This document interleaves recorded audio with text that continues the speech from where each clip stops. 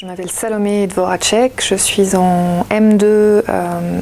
ressources humaines, organisation et conduite du changement. Alors, j'ai choisi de reprendre les études en formation continue parce que ça fait plusieurs années que je travaille en RH sans diplôme directement lié à cette matière-là, et donc je voulais avoir une assise un petit peu plus théorique. Après, pourquoi j'ai choisi le diplôme de Grenoble? J'ai fait mes études à Grenoble il y a quelques années, donc j'avais déjà un lien personnel avec cette ville, et puis ce que j'ai trouvé intéressant dans la formation, c'est que c'était pas une formation RH généraliste, il y avait vraiment un accent porté donc sur la conduite de projet, et je trouvais que c'était un angle d'étude qui pouvait m'apporter dans mon parcours futur. Alors,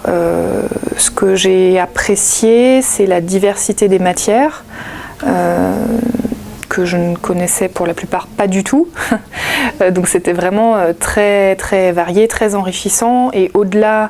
de l'enseignement directement fourni par les professeurs, on a pu avoir des beaux échanges avec mes condisciples, puisqu'on vient tous d'horizons professionnels très différents. Je crois que dans la promotion, donc on est 10, et il n'y en a que 2 qui travaillent directement en ressources humaines. Tout le reste a vraiment eu des expériences professionnelles très diverses, et quand on a eu la semaine de regroupement en mars, chacun pouvait apporter des contributions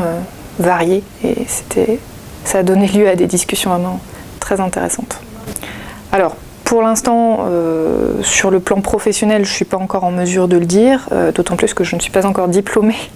mais je dirais que cette assise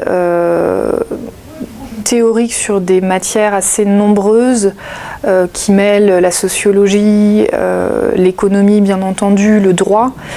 ça permet de prendre du recul sur sa pratique professionnelle et de se rendre compte que les RH et la conduite du changement, c'est à l'intersection de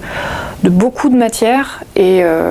je pense que ça va m'aider dans le futur à pouvoir mieux aborder certaines situations professionnelles.